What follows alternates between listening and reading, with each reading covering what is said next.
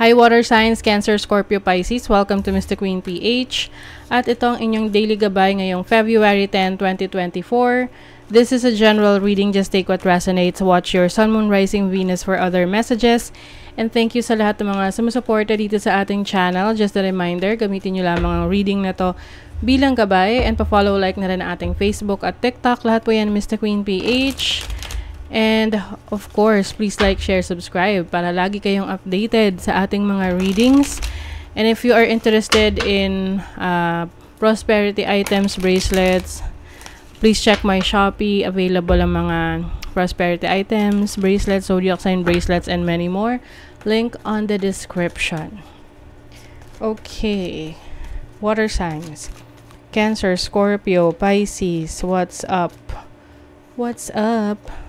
First house, about yourself, and then Taurus, and then 8th house. Okay, this is about self-love, self-care. Sarili mo ang binibigyan mo ng attention ngayon. And also, kung paano mo pa mas madadagdagan ng iyong income. Yung iba sa inyo, may mga plans kayo or may mga actions kayong ginagawa ngayon related sa investment, no? So, nag-i-invest kayo ng inyong kaperahan para sa future. Oo. And yung iba, meron kayong, nag-aayos kayo ngayon eh, no? With the Taurus energy, you are really taking care of yourself. Self-love, self-care. Inaayos mo to para sa partner mo, kung meron kang partner. Yung iba sa inyo, you might be sexually active during this time, or parang meron kang ina-attract ngayon na romantic partner. Kaya parang nag-aayos ka talaga. You want to be presentable and attractive. Let's see your overall energy.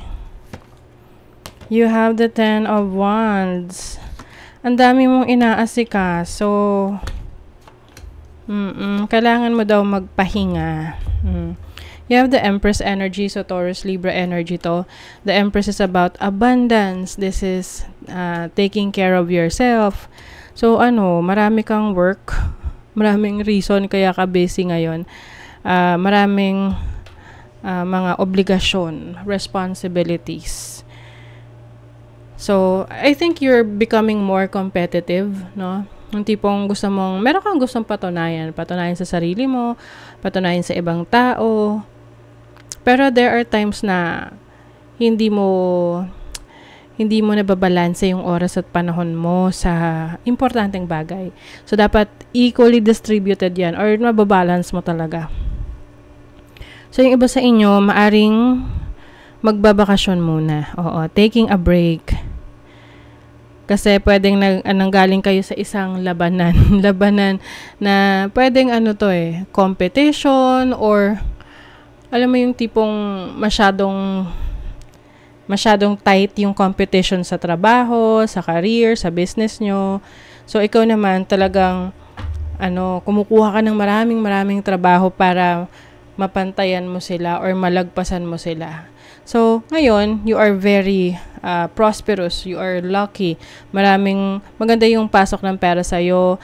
Yung resources mo, walang problema. Pero, you have to pay attention sa kalusugan mo. Kaya nga siguro may first house dito is because you will take care of yourself this time. Sarili mo naman. Okay? So, let's see your money, career, finances. You have the Hierophant. You have the 4 of Wands and the Emperor. Wow! Kaya naman pala, kasi pagdating sa kaperahan nyo, you're on top of your game. Maaring nagko-consult ka sa mga mentors, teachers, na alam mong expert sa field na pinupurso mo para gabayan ka. And also, palaban yung energies mo rito. With the Emperor card, this is someone na may mataas na rank sa career, sa trabaho, sa position ninyo. And this is bringing stability in your home life, in your family life. Yung iba sa inyo kasi nagbabalak na mag-asawa or magpapakasal kayo ulit, or meron kayong big event sa family na pinag-iipunan nyo at pinaghahandaan nyo, kaya naman todo-todo kayo sa pagtatrabaho.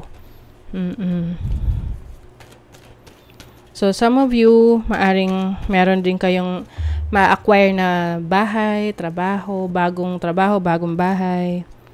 Ayan o, pinapalabas kayo. Labas-labas din daw kayo kasi kung lagi na lang kayong trabaho, bahay, kailangan nyo rin daw mag-ground, no?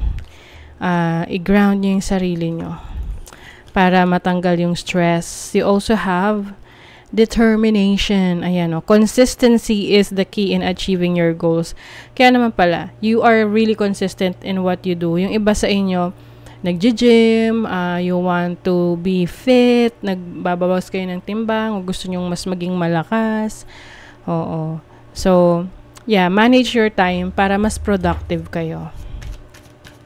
Let's see sa love life. Love life ng mga water signs. You have the Ace of Cups. Oh, may bagong love. Judgment. And the Three of Wands. Okay. Yung iba sa inyo, pinangako nyo na ayaw nyo nang magjowa. Pero, meron kayong makikilala na babago sa inyong desisyon. Maaring itong person na to is nakakakilig talaga, or pwedeng soulmate energy. It seems na gusto mong i-explore yung feelings mo towards this person. Nararamdaman mo na pareho kayo ng interest. May attraction talaga dito.